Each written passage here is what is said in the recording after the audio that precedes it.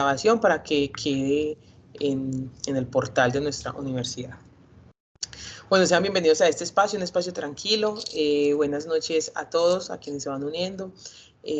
Hoy tenemos unos invitados muy especiales. Empezaré a presentar a nuestros dos moderadores de hoy. Hoy no me van a escuchar tanto, siempre me escuchan hablar a mí, entonces hoy es el momento de que conversemos con 5 de nuestros egresados del doctorado en salud pública, el profesor Samuel Andrés Arias Valencia, el profesor Steven Orozco Arcila y el profesor José Pablo Velázquez Escobar.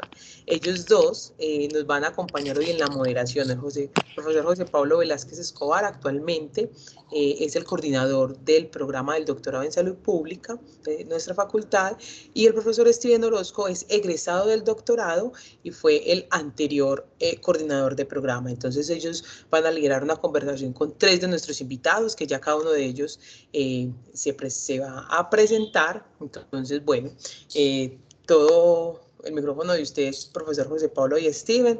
Qué gusto tenerlos por acá, y recuerden, como siempre, después de las intervenciones de los invitados, queda el chat y el micrófono abierto para conversar un rato. Adelante, profesor Steven y José Pablo. Bueno, no, Laura, nuevamente buenas tardes para ti y para los compañeros, las compañeras, para todos los asistentes esta tarde. Gracias, Laura, pues como por lo que te decía hace un momento, por tener esta iniciativa de siempre dinamizar este espacio para los egresados de los diferentes programas de la facultad. Y bueno, resulta pues como muy grato encontrarnos precisamente en esa condición de egresados para compartir nuestras experiencias y andares por la vida. Y bueno, yo estoy acá dispuesto, pues como dijiste, para dinamizar un poco la conversación con nuestros compañeros. Simplemente también mencionar que pues que también yo soy, como lo dijiste, pues soy egresado del programa. Y bueno, seguimos también como trabajando pues en él y en otros programas de maestría y en los programas de pregrado de la facultad, siempre pues intentando como hacer un aporte para la formación pues de las personas que pasan por la facultad. Entonces nada, simplemente le cedo la palabra a José Pablo también para que se presente, y bueno, y damos inicio entonces a la conversación con nuestros acompañantes del día de hoy. Pláceme saludarles en esta tarde tan estival, este solazo al fondo del hombre creador de energía, yo diría la humanidad creadora de energía. No me eché el bloqueador solar, pero bueno, estas son las cosas de la tecnología. Me gusta mucho estar en este espacio. Veo entre los asistentes, además de nuestros invitados, pues varios estudiantes del doctorado y algunos que ya incluso están a puertas de titularse como doctores en salud pública. Qué grato tener este encuentro. Justamente hablábamos hace un momento que siendo lunes se les nota a todos, y no sé si a mí también, la cara de fatiga, pero bueno, vamos con toda a disfrutarnos este conversatorio durante este breve espacio que nos propició Laura Victoria, en función de reavivar o mantener la flama viva de los egresados de la Facultad Nacional de Salud Pública, en este caso en el escenario doctoral del programa de salud pública de la Universidad, de la Facultad Nacional de Salud Pública de la Universidad de Antioquia. Ya nos han presentado a Steven y a mí. Ahora corresponde que se presenten, pues quisiera cederle la palabra a Diana Carolina, Juan Pablo y Samuel para que se presenten. Posiblemente ya todos ustedes les identifiquen. Y luego de que ellos se presenten, pues procederemos a iniciar el conversatorio con algunas preguntas clave que animarán este momento. Diana Carolina, bienvenida, muchas gracias. Por favor, preséntate a todos los que estamos aquí presentes. Bueno, buenas tardes. Gracias por la invitación. Siempre es un gusto volver a tener vínculo con la facultad. Hace rato no puedo ir, pero siempre estoy añorando volver para las distintas actividades de la facultad, pero también de la ciudad. Pues de nuevo, mi nombre es Diana Carolina Rubio León. Mi formación de base es como psicóloga. Luego hice maestría en psicología con énfasis en salud en la Universidad Nacional, ambas. Y dadas las preguntas que me surgieron de los procesos de investigación de pregrado y maestría en torno a la relación de las mujeres con el personal de salud, con la excusa de la prevención de cáncer de cuello uterino, llegué a la Universidad de Antioquia en el 2010. Soy compañera de la corte de Steven, éramos la segunda corte, también pues para dar contexto de eso. Y egresamos del doctorado, también con Steven, en junio de 2015. Ahí también estaba la compañera Luz Mary, y bueno, Luisa Lire y otras personas, éramos una corte de 5. Luego de eso regreso a Bogotá y pasé por varias universidades, seguramente eso lo conversaremos más adelante. Actualmente soy profesora asistente de la Facultad de Psicología de la Universidad Javeriana. Estoy trabajando temas que intentan vincular la psicología con salud pública, sobre todo por la vía de salud mental y de género y salud. Género y salud es mi área de trabajo. Por ahora eso para empezar. Muchísimas gracias, Diana Carolina. Muy interesante esta trayectoria. Hoy tenemos otro colega tuyo, psicólogo, al profesor, doctor, integrante del Comité de Ética, Juan Pablo Lopera. Juan Pablo, adelante. Bueno, buenas tardes para todos. Igualmente es un gusto estar en la actividad a la que nos han invitado. No había participado antes pues en ninguno de los encuentros de egresados, pero por lo general siempre que se plantea alguna actividad de la facultad estoy presto porque uno queda pues como con ese enorme cariño para la facultad y en mi caso pues para la Universidad de Antioquia también porque soy egresado de allá del programa de psicología pues a nivel de pregrado. Soy magíster en neuropsicología, que es el área pues en el que he trabajado y en el que me encontraba trabajando cuando decidí hacer el doctorado en salud pública, una intención también de pensar las temáticas con las que me encuentro en la clínica. Yo trabajo en el Instituto Neurológico de Colombia ya hace mucho rato, alrededor de 12 años, entonces fue como el lugar desde el cual empecé digamos, a pensar las temáticas de la salud pública, donde surge como mi propuesta de investigación para hacer el doctorado y donde posteriormente regreso. También actualmente soy docente en la Universidad San Buenaventura, en la maestría de neuropsicología. Y bueno, pues yo creo que ya en un momento, pues creo que se ampliará un poco como lo que han sido las áreas de trabajo en las que uno ha podido tomar elementos de la salud pública y del doctorado en general. Soy compañero de la cohorte de Samuel, además. Entonces, bueno, es un placer también reencontrármelo por acá. Juan Pablo, bienvenido. Gracias por tu presentación. Cedemos la palabra a nuestro gran amigo, colega, influencer, Samuel Andrés Arias, TikToker. quien sí, tiene unas facetas muy bonitas, muy interesantes que complementan pues todo lo que ha de ser su presentación y seguramente muchos de esos elementos serán parte de la conversación. Adelante, profesor Samuel. Gracias, José. Gracias a Laura por la invitación y chévere este reencuentro con Diana, con Juan Pablo, con Steven y con José. Bueno, les cuento algo de mí. Como para quienes no me conocen, yo soy Samuel Andrés Arias. Samuel Andrés Arias Valencia, si no mi mamá me regaña. Nunca sabe si esto lo van a colgar en la página de la facultad. Mínimo lo ve y me dice, me negó otra vez. Soy esposo de Lina Díaz, egresada también de la universidad, tanto de pregrado como administradora en salud, como de maestría. Ella es magíster en salud pública, ahí está atrás escuchándonos. Papá de María José y de Ana. Sí, creo que es en las únicas que medio influencio, tengo cierta influencia y cada día la voy perdiendo más porque son adolescentes y entonces es difícil ya ejercer influencia sobre ellas. Estudié medicina en la Universidad Nacional de Colombia, en Bogotá. Nací en Boyacá, en Tunja, pero soy un rolo en el exilio. Siempre viví en mi adolescencia en la universidad en Bogotá. Llegué a la Universidad de Antioquia a hacer mi maestría. Soy egresado de la maestría en epidemiología de nuestra facultad y egresado de la tercera cohorte del doctorado. Como Juanpa ya lo dijo, fuimos compañeritos en la cohorte, la tercera cohorte del doctorado en salud pública de nuestra universidad.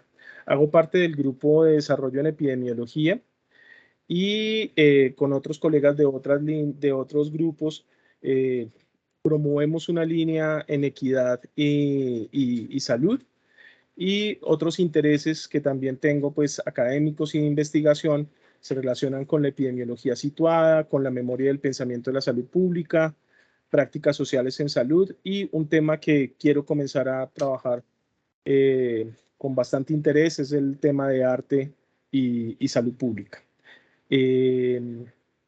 Bueno, por ahí lo dejo por ahora. Muchas gracias. Muchas gracias a ti, Samuel. Bueno, vamos a empezar con una pregunta, pues ya del conversatorio propiamente, pasadas estas formalidades de la presentación, y es que cada uno de ustedes tiene una historia de vida muy particular y entre ellas en su bagaje, su formación de pregrado, la de base de Diana Carolina y de Juan Pablo como psicólogos, de Samuel Andrés como médico, y posterior a ellos algunos estudios ya de mayor especialización, maestrías incluso, y eventualmente el doctorado.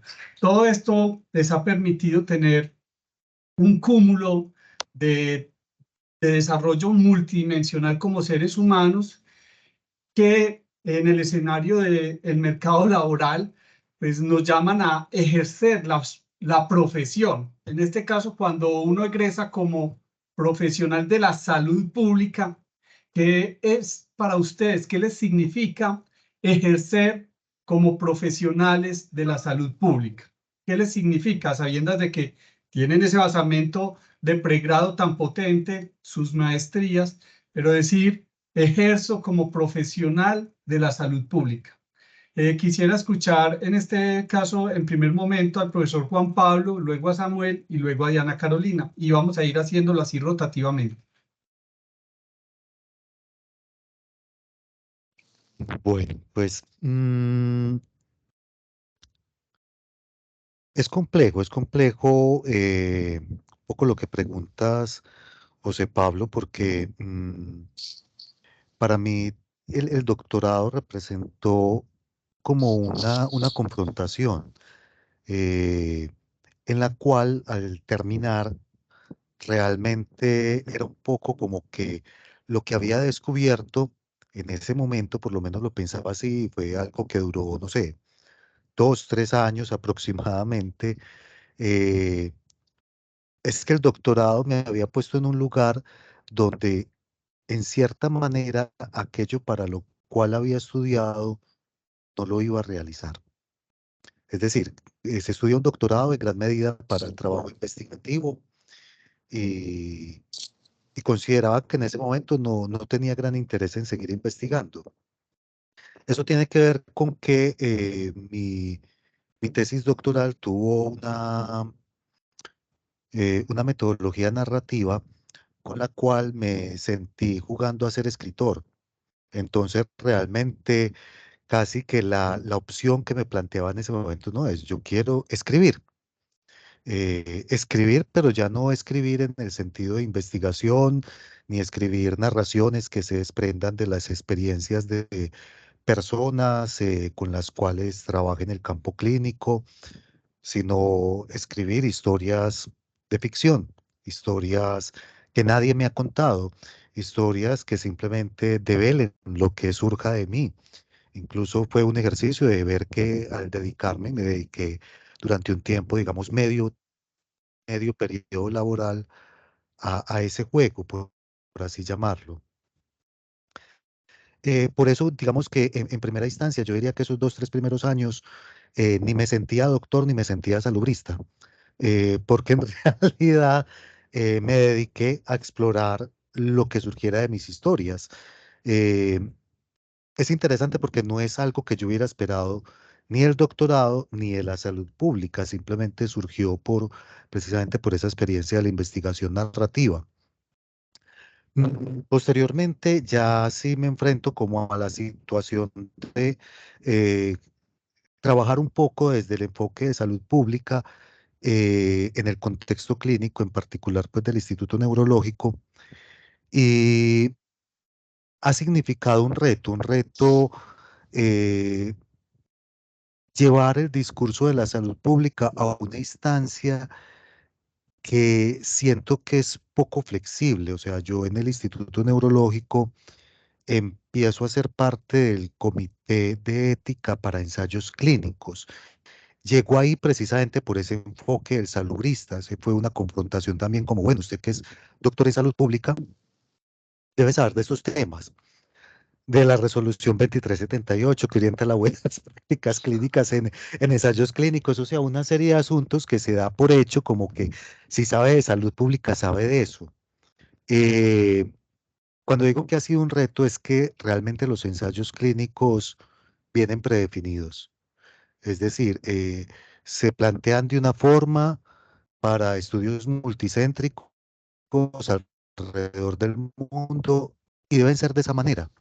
O sea, son poco flexibles. O sea, si uno quiere incorporar elementos que tome de la salud pública, analizados desde nuestro contexto, para nuestra población, etcétera, claro, se pueden llevar a ese contexto del comité de ética, se debaten. Yo creo que influyo dentro de mis compañeros del comité de ética, eh, pero en realidad, pues la respuesta que se dé al patrocinador, es decir, a la industria farmacéutica, es, ¿se considera que se puede hacer o tienen en cuenta estas observaciones? Y pues realmente a veces hay poca flexibilidad? Es decir, bueno, no, sí, definitivamente eso no se puede modificar, no se hace el ensayo en el Instituto Neurológico en particular y listo, se busca otra institución de salud. Entonces, eso ha sido muy confrontador porque es como darse cuenta que en gran medida algunos asuntos de la salud pública uno no los logra permear en las instancias en las que trabaja. Hay otras instancias en que sí, digamos, ya en la institución, en lo que tiene que ver con la humanización del servicio, digamos, el llevar los discursos de la salud pública para no tener un enfoque tan biomédico. Eso ha significado para mí digamos, esa confrontación y esa posibilidad de llevarlo también a otras instancias donde más o menos se logra tener una incorporación de este tipo de discursos. También en la docencia, en la Universidad de San Buenaventura, sí creo que ha sido un cambio grande de básicamente pensarme como un neuropsicólogo que abordaba los temas de la neuropsicología de una forma tradicional a tal vez ya darles ese enfoque de salubrista. Yo creo que ahí sí ha Excelente, sido... Juan Pablo. Juanpa, voy a interrumpirte porque ahorita justamente vamos a abordar ese rol docente con mayor nivel de Desarrollo. detalle.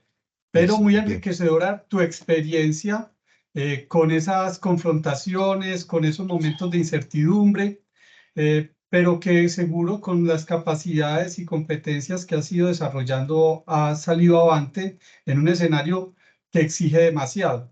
Y seguramente en ese nicho, por ejemplo, que es un comité de ética, también has buscado exigir que se visibilice ese nivel de pertinencia de la investigación en relación, por ejemplo, con el plan de salud pública vigente en ese momento.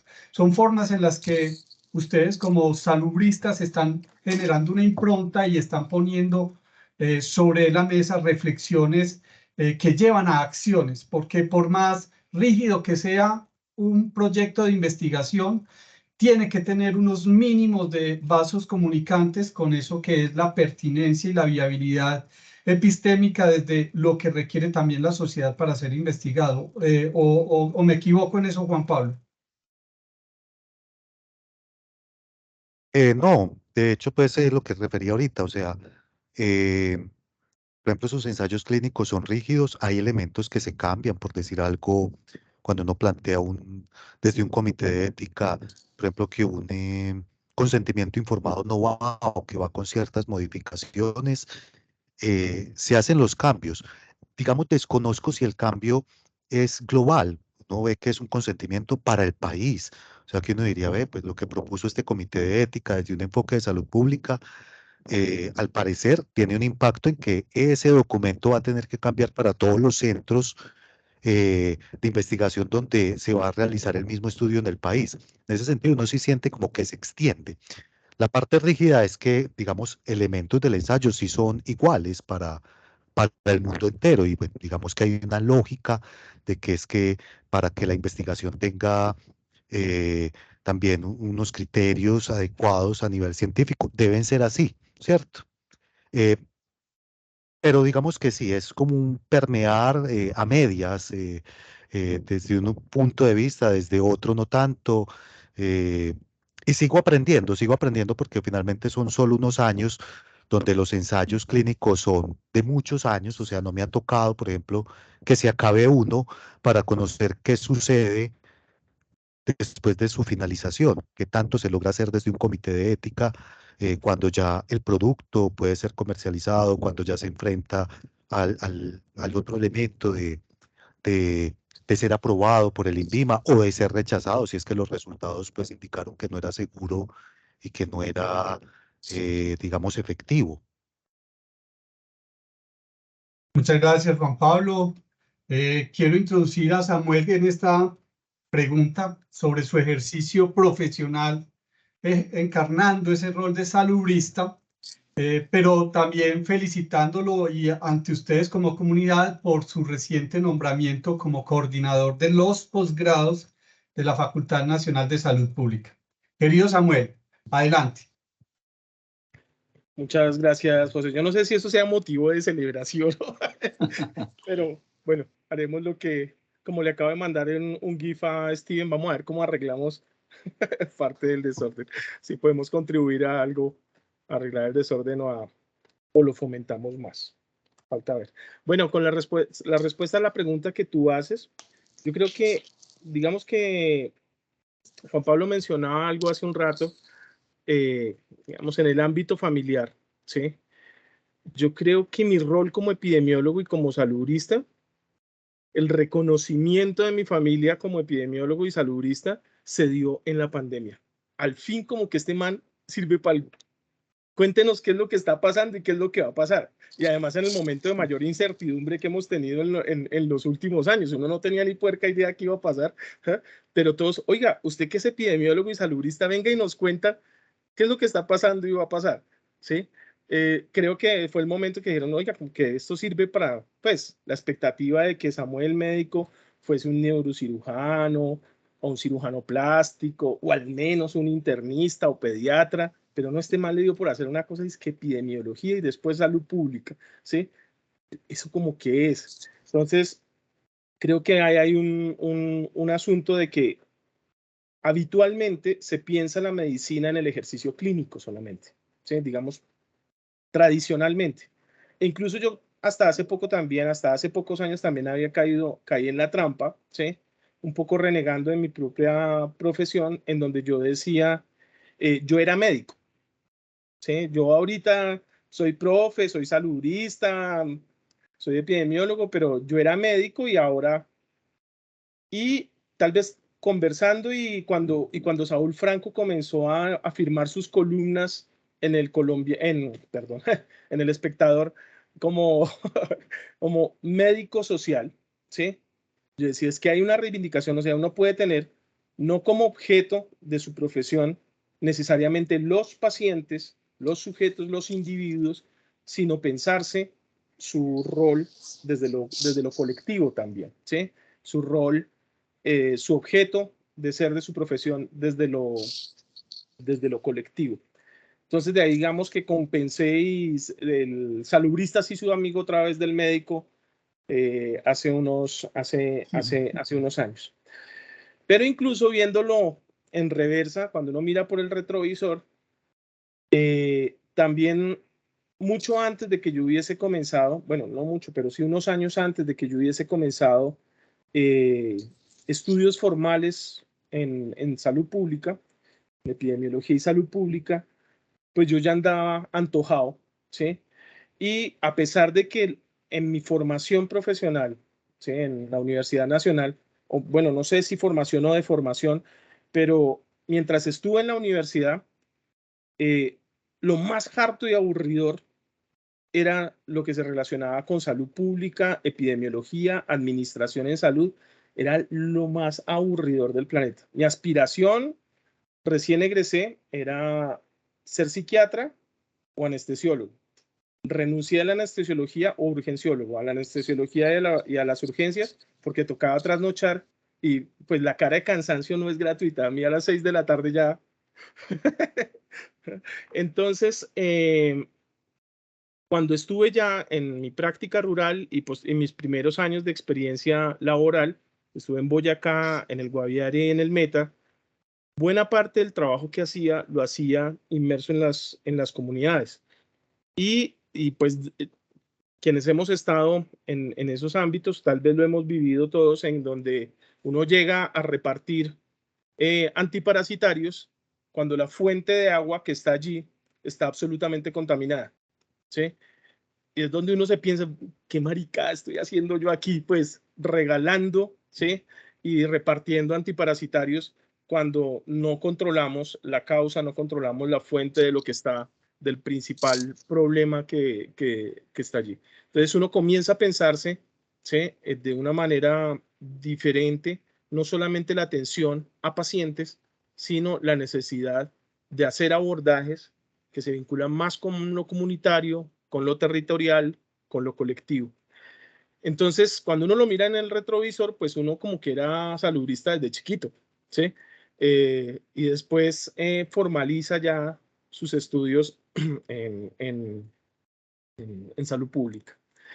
Y digamos que ahora también parte de la labor es eso, es no solamente en mí conciliar el médico salubrista, ¿sí? Sino en promover,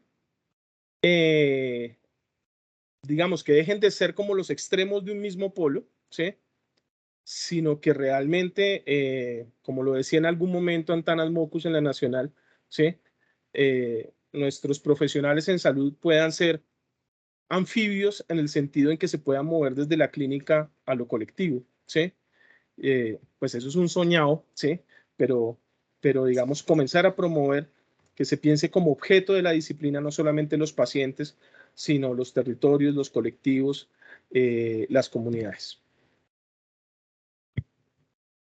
Gracias, Samuel. Qué bonita esa forma de relatarnos tu trayectoria de ese pregermen de salubrista que ya había y que luego lo formalizaste para darle muchísimo más potencia y poder conciliar esa profesión tan hermosa que es la medicina con esa vocación por la salud colectiva en cabeza de la salud pública. Me alegra demasiado escuchar eso. Querida Diana Carolina, adelante.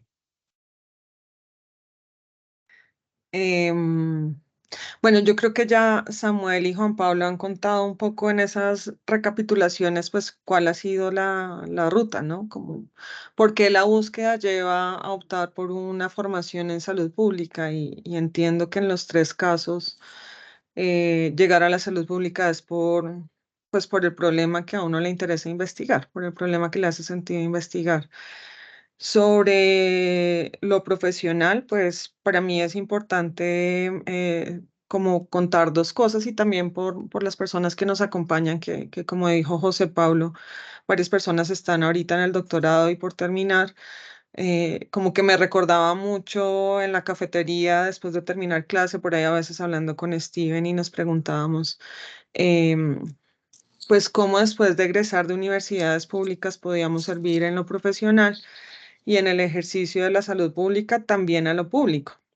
No sé si Steven lo recuerdas, pero varias veces teníamos esa incógnita y es que fíjense que quienes estamos aquí en el encuentro, al menos con las cámaras abiertas, somos egresados y egresada de universidad pública.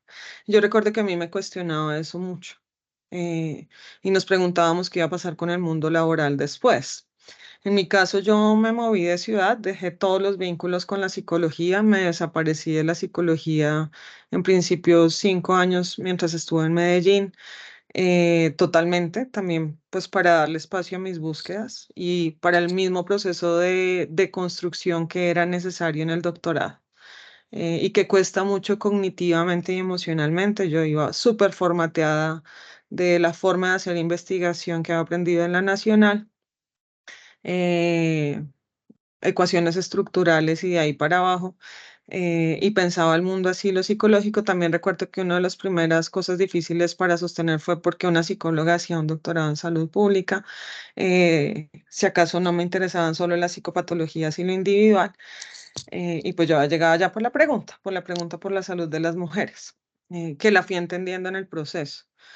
Pero sí recuerdo que teníamos muchas inquietudes sobre cómo iba a ser nuestra vida profesional después, y un poco desde el lugar en el que pudiéramos estar, y varias veces con Steven nos preguntábamos si trabajábamos en lo privado, qué iba a pasar. Pues en efecto, pues en mi caso sucedió.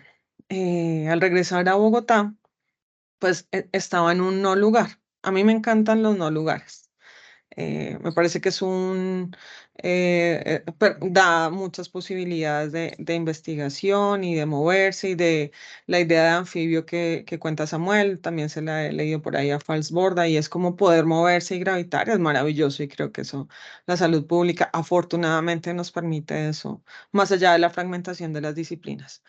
Cuando regreso, pues las oportunidades laborales que había era en facultades de psicología, aunque también me costó como un año, porque había estado un año fuera de la ciudad y en salud pública totalmente desconectada.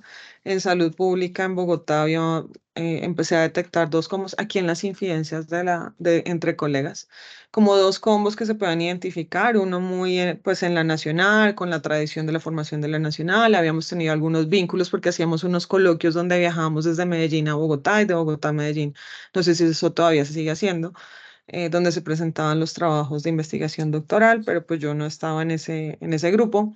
Y el otro que identifiqué claramente en Bogotá era de personas que regresaban de México de haber hecho sus estudios de maestrías y doctorados en el Instituto Nacional de Salud Pública de México, en el INSP en Cuernavaca. Y para el momento, a 2015-16, cuando regresé, había un grupo grande de gente que sobre todo estaba en ministerios, por ejemplo, y en toma de decisión. Entonces, pues fue, a propósito de lo profesional, fue un poco difícil irse ubicando. Em, pues empecé por regresar a la psicología, lo que ya sabía hacer, pero luego tuve una oportunidad laboral importante que fue en salud pública, en una universidad privada, y la tarea consistía en terminar de montar y dirigir el cuarto doctorado en salud pública que a la fecha hay en el país. Y eso fue pues un reto, pero también una buena posibilidad. Poder estar allí, pues el reto que implica, y creo que eso también es importante ponerlo sobre la mesa, que mi formación de base no era como médica, sino como psicóloga de una universidad pública, pues ya lo había mencionado, mujer, joven y trabajando en temas de género. Entonces llegar a la cabeza de un doctorado que estaba enraizado en una facultad de medicina, con las lógicas que por lo general ya hemos detectado y seguramente podríamos otro día conversar sobre eso, de la medicina, pues fue bastante retador. Pero a la vez seguir aprendiendo, o sea, desde lo profesional seguir aprendiendo de salud pública, que creo que eso es inacabable, en específico sobre temas de salud ambiental. Luego de eso, por cosas de la vida y cosas de los asuntos laborales que entre colegas, luego con un tinto y una cerveza al frente de la facultad se podría hablar, hice un cambio y volví a la psicología. A mí me confrontó mucho regresar a la psicología, ya les conté en dónde estoy ahorita, porque pensaba que era hacer una renuncia a la salud pública. Y pues en lo profesional la psicología tiene en algunas universidades y en algunas tradiciones una exigencia muy fuerte de volver a lo disciplinar, a los paradigmas que siempre se han trabajado, al énfasis en lo individual, al énfasis en las conductas individuales, como si fuésemos seres humanos deliberados, racionales, tomando decisiones, lo cual funciona muy bien al capitalismo, ya lo sabemos. pero tuve la suerte de llegar a un espacio que es en la Javeriana, donde hay posibilidades de pensarse cosas. Tiene un énfasis mucho más cercano a pensarse asuntos de contexto y demás. Y para mi sorpresa, pues fui bien recibida. Y ahí sí ya es como de nuevo en lo profesional, la tarea de ir abriéndose un lugar, de ir teniendo un lugar, de ir posicionándose en el diálogo. Y bueno, justo estaba haciendo balance, ya completo casi 5 años allá. Y cada vez más puedo hacer cosas que a mí me interesan, pero creo que depende de irse posicionando allí y demostrar que en un diálogo amable y un poco lo que propone Samuel, no echar al piso nuestra formación de base, y Juan Pablo también lo sugería con la neuropsicología, sino más bien repensarla y jalonarla. Creo que esa es una cosa bien interesante que podemos hacer desde salud pública, jalonar esas comprensiones de cómo las disciplinas de base pueden dialogar en temas de salud. Aquí entre nos, una de las primeras discusiones con las que me encuentro allá cuando regreso es que la ley 1090, que es la que regula desde el 2006 el ejercicio de la psicología en Colombia, si ustedes la miran en el primer artículo dice la psicología es un área que se acoge ¿cómo es? Acoge la definición de salud de la Organización Mundial de la Salud. Y en el primer parágrafo dice, y entendiendo todo eso y la salud y el bienestar y no sé qué, entonces la psicología es prioritariamente o privilegiadamente corresponde al campo de la salud. Pues cuando llegó a la psicología, lo que más estaba debatiendo era, ¿y eso qué? Aunque ya era 2019, la ley de 2006, porque se estaba entendiendo como que psicólogos y psicólogas entonces tienen que hacer prácticas en clínica, todos y todas, lo cual algunas universidades no lo reciben bien porque comprenden la clínica, pues como no el único campo de la psicología. Entonces, poder poner sobre la mesa como, no, venga, es que la salud no es solo lo que sucede dentro del consultorio, sino que la salud es un fenómeno social determinado o más bien configurado por las violencias estructurales, por las posibilidades de vida y las inequidades, pues puede ser interesante. Entonces, como que uno se va posicionando. Por ahora, eso como para poner sobre la mesa algunos elementos. Muchas gracias.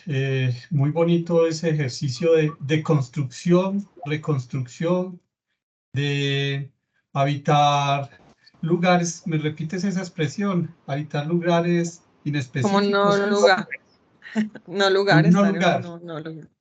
Habitar un no lugar, pero hacerlo habitable, esa capacidad de resiliencia, esa capacidad de leer los contextos, de mirar situadamente cuáles son las posibilidades y los retos y a partir de allí ser tan propositiva y abrirte tu espacio y reencontrarte y repotenciar tu rol de psicóloga salubrista con una visión de la salud más allá del modelo biomédico.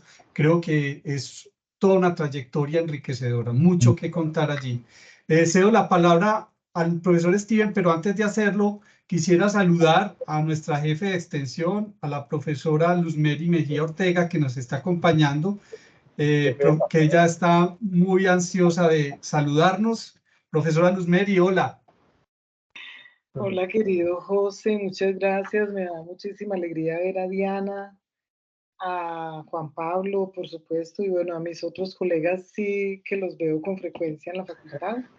Estoy muy feliz por este encuentro entre colegas de egresados del doctorado en salud pública. Hacía rato le había dicho a Laura que teníamos que ir desarrollando estos encuentros entre colegas, no solo con los colegas del pregrado, sino también ir haciendo estos encuentros por posgrados y pues celebro mucho que ya a unos 2 días de terminar mi rol como jefa del centro de extensión, estoy muy feliz pues porque se ha hecho un trabajo maravilloso y muchos aprendizajes en ese centro de extensión. Después de 4 años y 7 meses es justo como darle lugar a otro colega que llegue allí y tenga los aprendizajes que yo he tenido.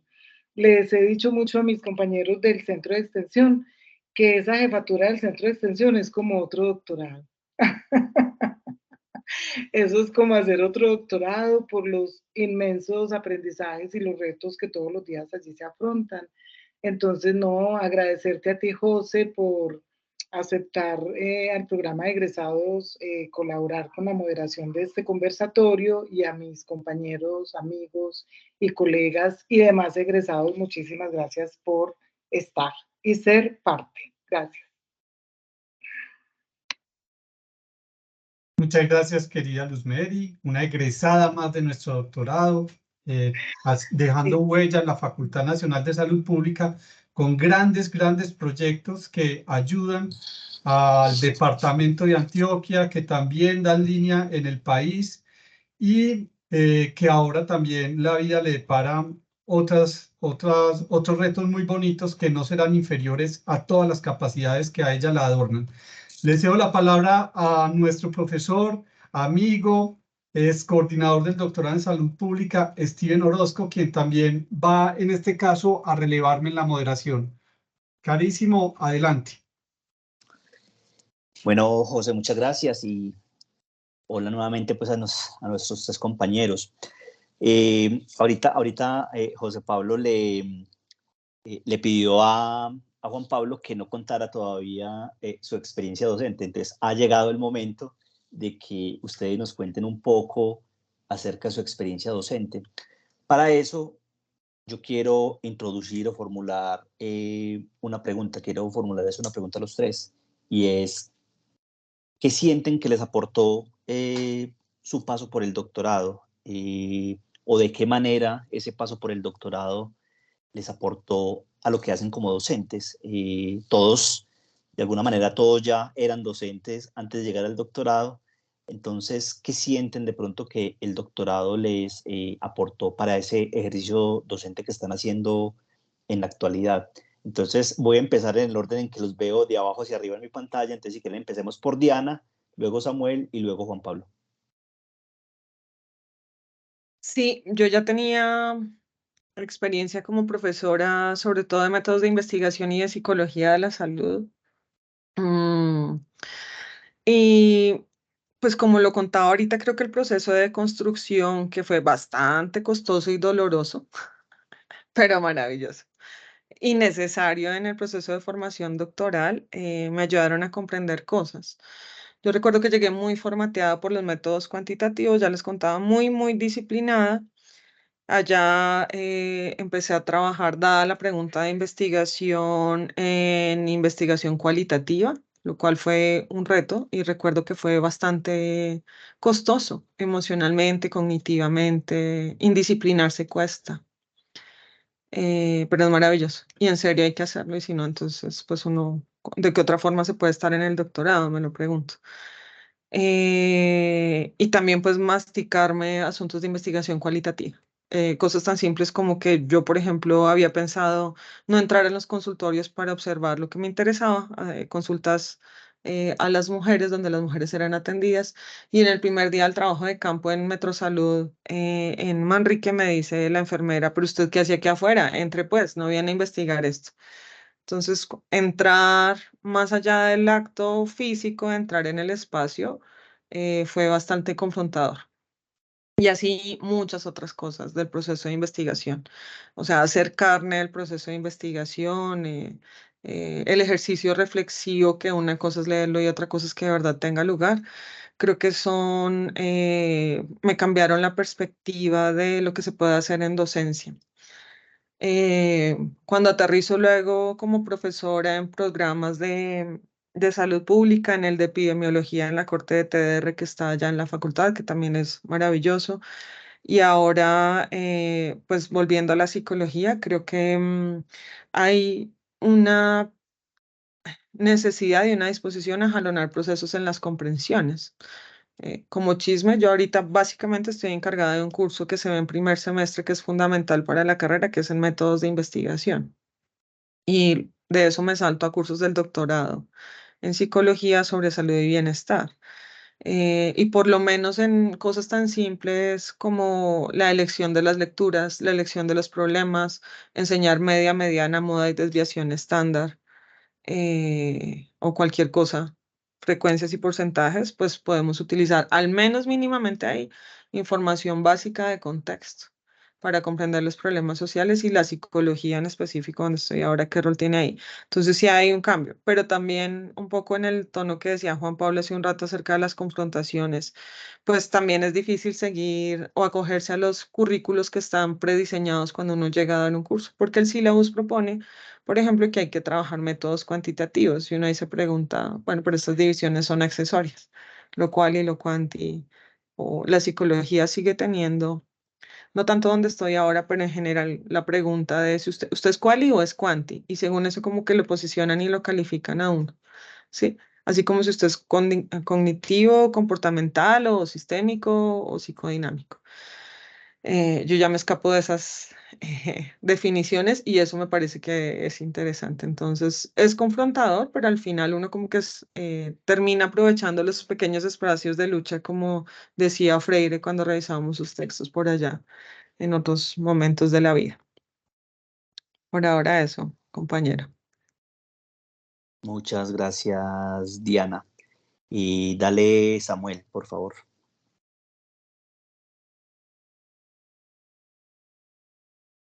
Cerraste el micrófono. Abre el micrófono, Sammy. Eso. Así es mejor. Diana, gracias, Steven. Diana dijo algo que me parece, me quedó resonando y que no voy a agarrar de allí para dar mi respuesta, y es que indisciplinarse cuesta.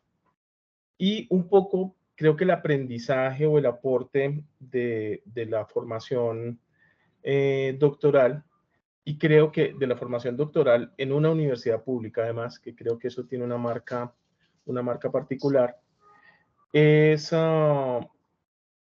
facilitar y promover la indisciplina.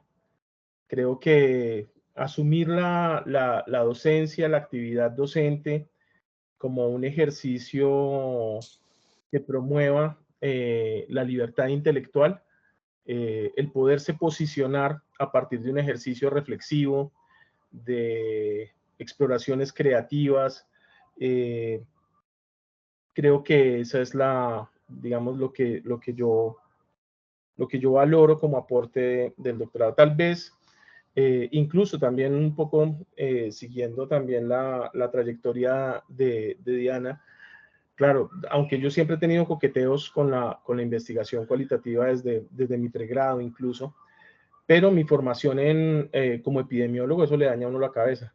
Entonces, de alguna manera también mi rol como docente era procurar más formatear, ¿sí?, a los estudiantes que promover eso, la indisciplina. Y creo que hoy día mi intención es más, si se quiere, más provocar, ¿sí?, más provocar que los estudiantes se pregunten y que asuman preguntarse, ¿sí?, como en los dos roles, como preguntar hacia afuera, pero además también el rol de preguntarse hacia adentro de dónde estoy yo en un ejercicio reflexivo y cómo me posiciono. Creo que ese es como el gran aprendizaje del proceso. Incluso en discusiones que hemos tenido en la facultad, entre colegas, incluso en discusiones formales de la expectativa que se tiene en la formación doctoral, yo soy de los que considero que, bueno, o más bien hay distintas miradas y hay quienes creen que el doctorado debe tener unos contenidos específicos, rígidos, de lo que tiene que saber un doctor en salud pública. Yo soy más de los que, precisamente por esa interdisciplinariedad, transdisciplinariedad e indisciplinariedad que implica la salud pública, debe promoverse un ejercicio de búsqueda de alguna manera distinto. Si bien sobre algunas bases, pero precisamente, y creo que la experiencia que hemos tenido en el doctorado con las cohortes que han corrido, con los trabajos doctorales que se han realizado, las tesis doctorales que se han realizado, nos ha permitido encontrar caminos preguntas y algunas respuestas que antes probablemente no eran, es más, que mucha gente no las ubica como preguntas del campo disciplinar de la salud pública, pero que hemos mostrado que se pueden hacer desde la salud pública y que se puede aportar desde la salud pública a ciertos asuntos que se consideraban ajenos. Entonces sí, yo creo que eso, como fomentar y promover la indisciplina, es el aprendizaje que me ha dado el doctorado. Muchas gracias por tu respuesta, Samuel. Juan Pablo, adelante, por favor.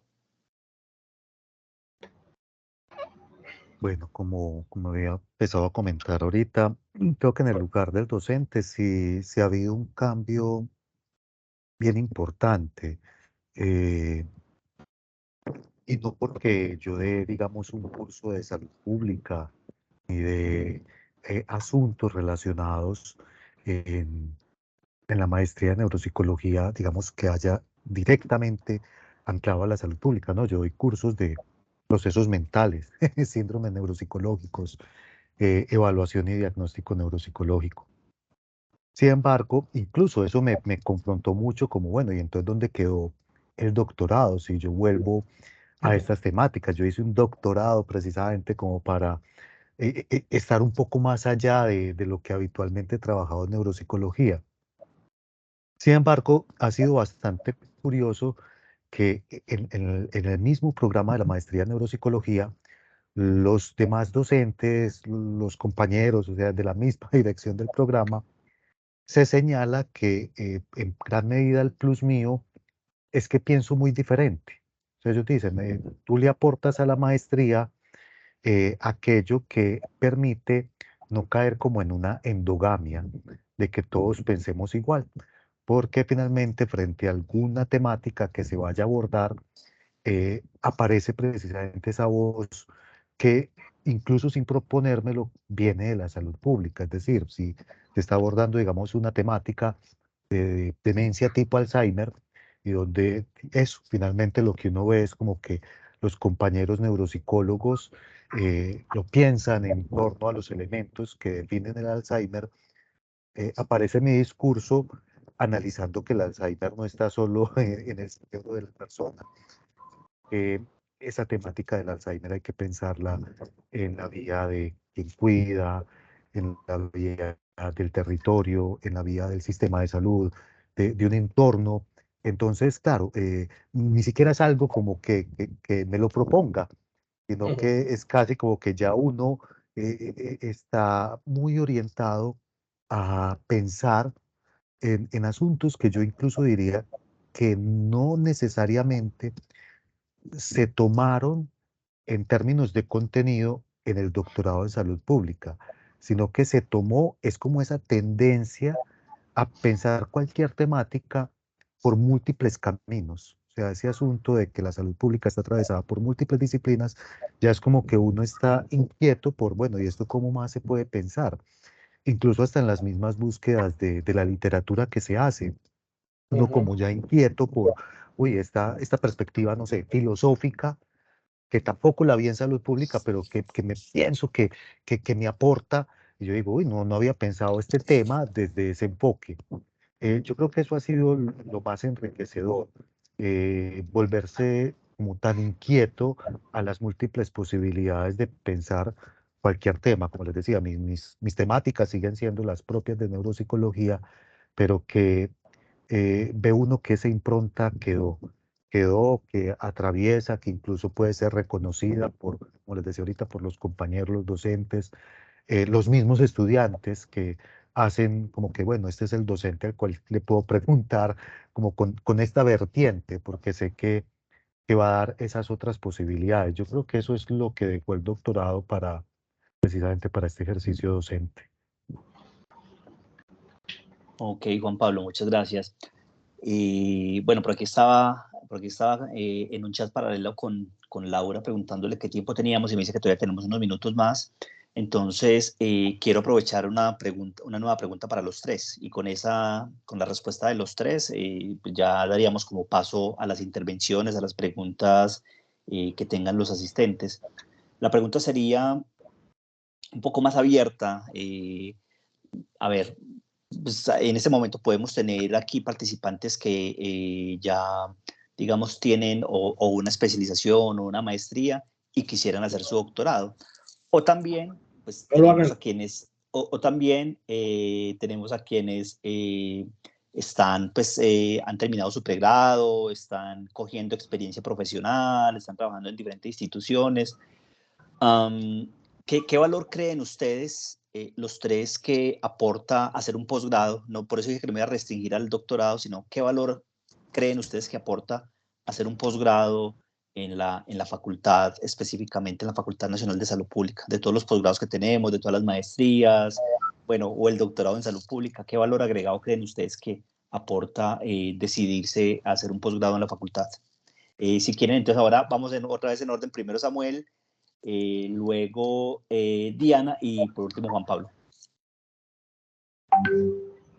Samuel ya contestó por el chat.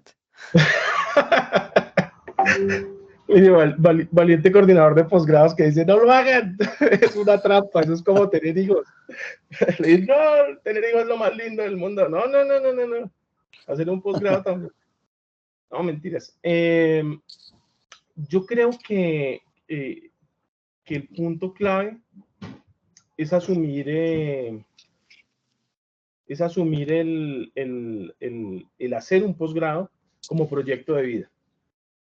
Distinto es a que yo necesito el posgrado porque eso me va a permitir, qué sé yo, un ascenso profesional, que también es legítimo, pero se disfruta o se sufre más o menos dependiendo de si está incorporado el proyecto del doctorado o el proyecto de la maestría o el proyecto de la especialización dentro de lo que yo he considerado que es mi proyecto vital. Incluso eso, si se quiere de alguna manera, pues no infalible, pero si se quiere eso digamos, previene frustraciones, ¿sí? Porque de alguna forma, como yo suelo decir, uno es víctima de sus decisiones, ¿sí? Entonces, en algún momento uno dirá, pero ¿por qué diablos me metí en esto? Si eso está incorporado en lo que uno ha considerado que es su proyecto de vida, es más posible que lo saque adelante en los momentos difíciles del programa, de cuando lo esté cursando, o cuando ya sea egresado, ¿sí? Cuando uno dice, carajo, pero ¿cuáles son mis posibilidades ahora? ¿Sí? También le permite encontrar nichos donde ese saber tienen lugar. E incluso, como bien lo ha narrado Juan Pablo y lo ha narrado Diana, abrir nichos, ¿sí? En donde uno aparentemente dice, no, es que esto aquí, la neuropsicología es esto, ¿sí? Y cómo se van abriendo espacios a partir de ese saber que ha permitido, que facilita el posgrado. Entonces yo creo que allí está como un poco el asunto, y esa sería mi invitación, como uno mirarse un poco realmente cuál es la intención y el para qué de hacerse un posgrado, porque implica un esfuerzo muy importante en lo económico, en lo familiar, en lo personal, y hay que pensarse cómo uno lo incorpora realmente, cómo lo introyecta y lo incorpora en su cotidianidad y en su vida para que sea menos sufrible y más disfrutable. Y obviamente parte de la tarea que tenemos también quienes hacemos docencia y ahora quienes estamos en cargos académico-administrativos es que sea más gozable que sufrible, ¿sí? Que creo que es otra de los grandes mitos de los programas de posgrado, y es que aquí se viene a sufrir. No, aquí se viene a aprender, y el aprender debe ser una cosa que se disfrute, ¿sí? A veces se sufre como en la vida, pero ante todo el propósito sea un asunto disfrutable y que se incorpore en su propio proyecto y en su propia propuesta de lo que se quiere para la vida, de lo que uno juzgue como una vida buena para uno. Muchas gracias, Samuel, esa respuesta tan interesante, tan valiosa, tan pertinente. Y dale, Diana. ¿Sobre qué aporta hacer un posgrado en la facultad? Pues creo que la cotidianidad de la universidad a mí me maravilló. Siempre había es una vida. Yo siento que la Universidad de Antioquia es el núcleo en muchas cosas de la ciudad y también del departamento. Y creo que la Nacional de Salud Pública mueve muchas cosas también. Creo que lidera debates, lidera discusiones. Creo que permite a quienes hemos pasado por ahí en posgrados, que es tu pregunta, Steven, pues tener unas perspectivas críticas de lo que pasa con asuntos de salud. Es una mirada en la que yo creo que difícilmente uno puede salir limpiecito, ¿sí? Es chévere salir untadito y ensuciarse también en el proceso de formación. Em, pues cada quien lo incorpora a su manera, a su discurso y a su narración propia. Pero creo que la facultad tiene ese sello diferenciador y es permitir esas lecturas y esas conversaciones que yo no he notado en otras instituciones en las que he trabajado, a las que he tenido acercamientos. Entonces, tener esa perspectiva creo que es clave. Entiendo por lo que conozco también de las especializaciones y las maestrías, que también permea pues todas las áreas de formación. Y creo que eso es clave pues de cara a las necesidades en salud pública que no son neutrales, no las podemos homogenizar y no podemos repetir lo que digan los manuales, sino que, por ejemplo, ahorita cuando Juan Pablo mencionaba lo de su abordaje de problemas neuropsicológicos, pues incluso allí uno podría preguntarse por qué asuntos, por ejemplo, afasias, algo tan puntual, tan propio de la neuropsicología, pues tiene mucho que ver con ciertas condiciones de vida y por qué afecta más a grupos poblacionales de ciertos grupos etarios o raciales, entre comillas, si eso existiera. Entonces, agradezco mucho haber pasado por la facultad, porque si no, no habría tenido esa perspectiva tan enriquecida de la Universidad de Antioquia, pero en específico de la facultad. O sea, leer a Héctor Abad, a Freire, los cuentos de los profesores, a mí siempre me sorprendía y siempre me preguntaba por qué no conocía a este profesor, a esta profesora antes, recordar a profesoras sobre todo, a varias, pero a Esperanza Echeverría dándonos clases sobre derecho a la salud y aguándosele el ojo cuando nos contaba su carreta. Creo que cada uno está ahí con su carreta y eso es bastante valioso y provechoso. Alguna vez me invitaron, chisme entre colegas, alguna vez me invitaron a una sesión de grados en una universidad privada acá, grados en una maestría en salud pública, y yo leí un pedazo de texto de Héctor Abad y creo que no fue bien recibido, nunca me volvieron a invitar ni a hablar ni nada, ¿sí? Era un posgrado en salud pública también. Esas son las posibilidades del no lugar, poder decir y estar de otras formas distintas.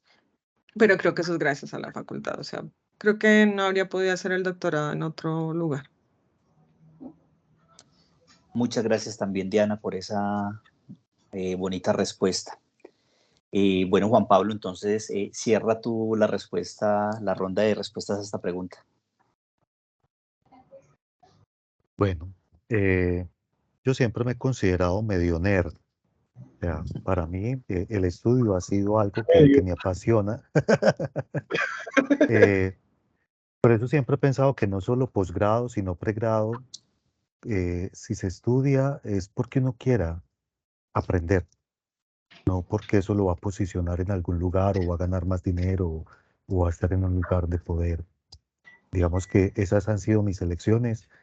De hecho, cuando ingreso a la facultad, ingreso pensando en una temática, que es el tema de calidad de vida. Yo es que, a ver, si yo me ganara la lotería, yo creo que esas serían las cosas que leería, o sea, como qué vida vale la pena ser vivida. ¿No? Básicamente, como que yo leería esos temas si no tengo que estudiar ni tengo que trabajar.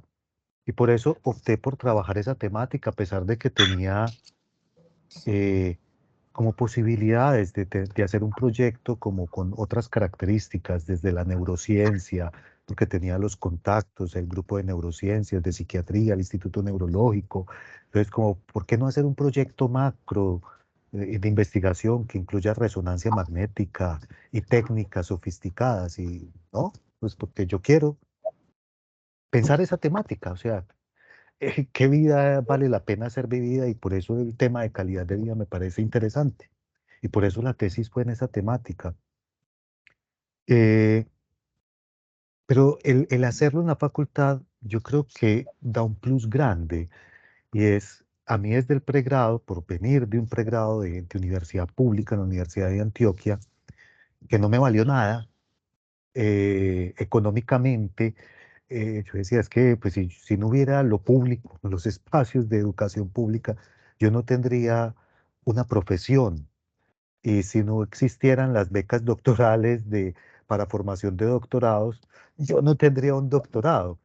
Entonces, realmente sentía una gran deuda con lo público, y creo que llegar a hacer el doctorado en la Facultad de Salud Pública todo el tiempo me confrontaba mi deuda con lo público y con el hecho de que no podía terminar el doctorado básicamente para trabajar como un mercader del conocimiento.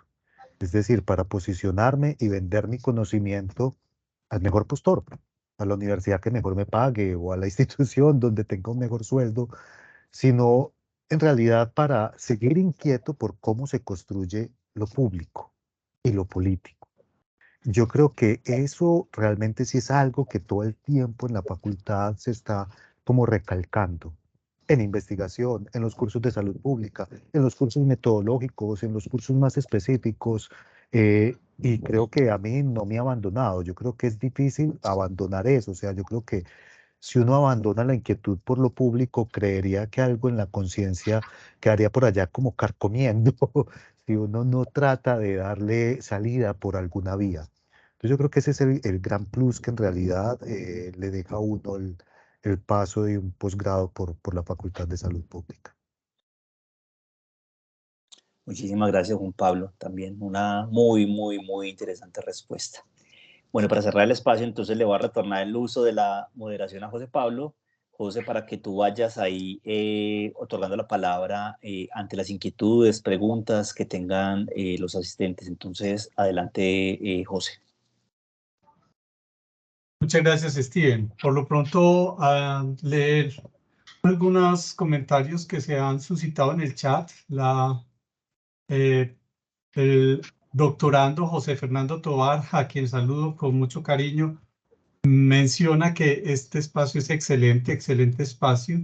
Se ve que le mueven muchas cosas y si él ahora a bien tiene tomar la palabra y expresar algo a los invitados, enhorabuena. La profesora Luz Mary Mejía nos dice qué bonito escuchar esto que nos comparte Diana sobre cómo en su alma quedó la impronta de esas narrativas, de esa carreta de profesoras o profesores que te marcaron y que las tienes vivas en tus recuerdos. Y también está el comentario de Milena Cifuentes, quien recién está iniciando sus estudios doctorales y le tranquiliza el escucharles un poco de los sustos que ella trae, las dudas que tiene, no solo sobre las cosas normales del trabajo de investigación, sino que está confrontada frente a su formación de base y la salud pública, pero también sobre lo mucho que está pensando en para qué se hace esto y qué puede seguir cuando termine su proceso de formación doctoral.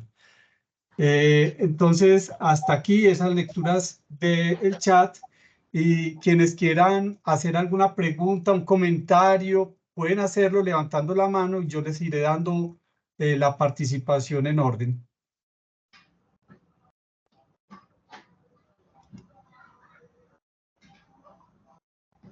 Quedaron asustados con lo que les dijo Samuel. Nos los espantó. Se tiró, Ese se tiró la, es su primera yo sí locución tengo como algunas director de posgrado. preguntitas. se tiró la tasa de matrícula, Samuel. Ah, sí. Yo les quería preguntar entonces, aprovechando este silencio del auditorio que sigue atónitos con esas narrativas de vida vuestras, quería preguntarles cuáles son las principales amenazas que ven ustedes hoy en tiempos de infoesfera, tecnosociedad, de inteligencia artificial, a esto que hoy concebimos como el rol del salubrista, de la salud pública. ¿Qué amenazas lo ven tal cual se está ejercitando en el momento, o no lo veamos también solo en términos de amenaza, sino también qué escenario prometedor o posibilitador hay para el ser y qué hacer como salubristas.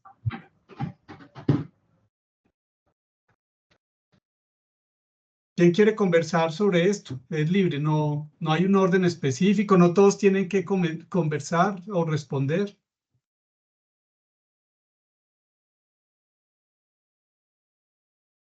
Yo veo que Samuel Bueno. está que se habla. Dale, Diana, si quieres primero. Ok, Samuel Juan y Pablo Juan había Pablo. pedido la palabra. Ok, Dale, Juan. Bueno, no, Juan Pablo y Samuel.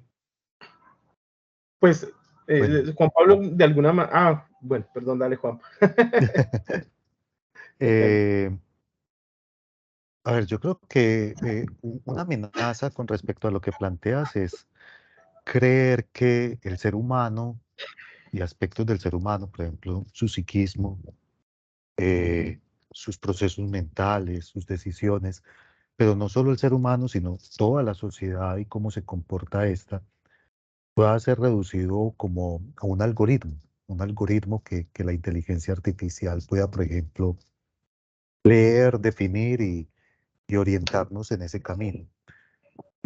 Yo creo que esa es una amenaza y creo que es una amenaza que es poderosa porque realmente los campos del conocimiento son tan densos que si algo como la inteligencia artificial nos lo facilita, pues uno va a decir, no, pues esto tiene muy buenas respuestas.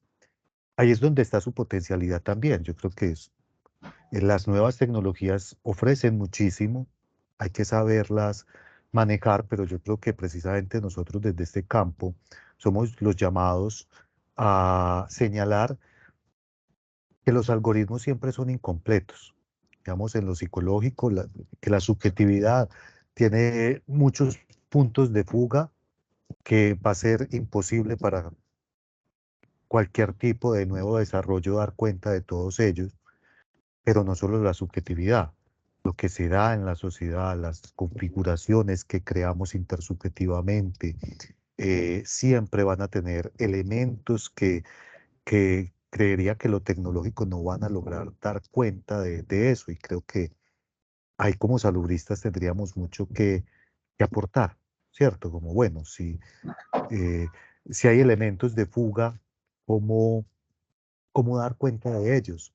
Bueno, no sé, la investigación cualitativa, lo narrativo, el arte, por ejemplo, son herramientas que pueden ayudar a, a pensarse esos elementos que se puedan escapar a los desarrollos tecnológicos. Muchas gracias, Samuel. Sí, mi respuesta está en una respuesta que Juan Pablo ya había dado antes y es en el tema de lo público. Creo que hay una inmensa paradoja. Creo que hay una potencialidad muy grande en las nuevas tecnologías para enlazarnos, para integrarnos, pero a la vez para aislarnos y para asumirnos, si se quiere, como meros individuos que se miran al espejo y se miran en la vanidad de sus de sus fotos en Instagram, ¿sí?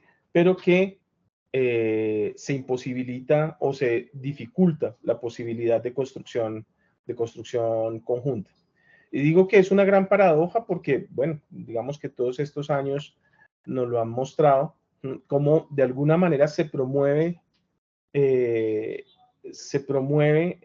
por estas mismas vías de redes sociales y de nuevas tecnologías esa individualidad y ese aislamiento, pero a la vez está la potencialidad latente de una construcción política también, de que sea un vehículo y una herramienta, que lo han mostrado, pues, Primavera Árabe fue un buen ejemplo de lo que sucedió en la movilización social de 2021 en Colombia. Buena parte fue promovida y fue seguida por estas nuevas tecnologías. Entonces, ahí hay una paradoja que bueno, a la que tenemos que estar atentos. Como lo dijo Haraway en su momento, Donna Haraway, ya somos cyborgs, ¿sí? Reconozcámoslo, ¿sí? Y miremos qué hacemos con eso, ¿sí? Creo que allí hay una, de no ser, incluso este mismo encuentro lo estamos teniendo no en el espacio físico de la facultad, sino en el espacio virtual que nos facilita este encuentro. Entonces, la tecnología por sí sola no es el problema, es el uso que hacemos de el para qué y el cómo las incorporamos en nuestro quehacer. Muy bien, muchas gracias. Yo le pregunto a Diana Carolina, le traslado la pregunta del chat, que si creen que es importante que los profesores de educación primaria y secundaria tengan más formación académica de posgrado, incluyendo doctoral, y que no sea un tema exclusivo de los programas universitarios de pregrado y posgrado. Sí, yo también estaba pensando en esa. Sí, creo que sí. Creo que, miren que ahorita cuando Juan Pablo contaba lo de la conciencia, y yo también a mi manera lo conté y les conté que con Steven tomando tinto, cuando salíamos donde Esperancita nos preguntábamos, bueno, egresamos de lo público y vamos a trabajar a lo privado. Pues porque también hay que ser conscientes de que al menos en las universidades públicas muchas veces no hay plazas. En mi caso me presenté a varias universidades públicas y no hubo plazas, por eso no, o bueno, no pasé los concursos por ser indisciplinada. Varias veces me dijeron como muy interesante, aquí necesitamos gente que sepa y que esté muy metida en la psicología, porque usted puede desencantar a los estudiantes de la psicología, me dijeron en un proceso de selección. Entonces, pues uno puede querer tener la intención de ingresar a lo público, pero también tal vez hay que repensarse lo público y lo público también está en eso que uno pone en la esfera de lo privado. Porque al final, pues, hay que repensar esas divisiones. Y en ese sentido, pensando en específico sobre la educación, creo que sí. Creo que, o sea, la garantía del derecho a la educación pública, gratuita y de calidad es inaplazable. A mí me cuestiona mucho, esto es entre colegas, ¿no? Entonces, pues ya vieron mi tono muy abierto para contarles chismes, pero la primera vuelta presidencial del año pasado, el otro candidato, el que no fue elegido, a mí me cuestionaba mucho y en ese momento la única respuesta que tuve es que si tuviéramos más criterio y argumentos para tomar decisiones en algo que es tan vital como elegir el mandatario nuestro, no por Petro, no lo estoy diciendo, ¿no? Estoy diciendo por el otro candidato. Yo creo que muchos asuntos podríamos potencializarlos de una mejor manera si hay educación de calidad desde la primera infancia. Es cierto que eso pasa por la formación de posgrado de profesores y profesoras, pero también pasa por toda la infraestructura y de la garantía del derecho a la educación. Desde los primeros momentos de la vida, donde creo que Juan Pablo es más experto en eso que yo, se definen muchas cosas del desarrollo cognitivo que luego cuesta resarcir, por decirlo así. Se pueden generar cambios, pero hay cosas que es importante que tengan lugar en ese momento. ¿Se acuerdan de lo que trabaja Diego Restrepo sobre capacidades, no? Pues ahí es el momento del desarrollo de muchas de las capacidades. Sabemos que también tienen que ver con las oportunidades que tenga para desarrollarlas, pero creo que innegablemente sí. O sea, indudablemente la respuesta es sí, pero también con una infraestructura que no dependa de recargar al profe que hace un doctorado o un posgrado, sacar adelante los procesos educativos en el colegio. O sea, creo que el asunto de pensarse en la educación es clave en el país. Muchísimas gracias a nuestros invitados. Yo le cedo ya la palabra a nuestra anfitriona, es Laura Victoria, para que ella entonces dé el encuadre de cierre de este enriquecedor espacio. Laura Victoria, por favor.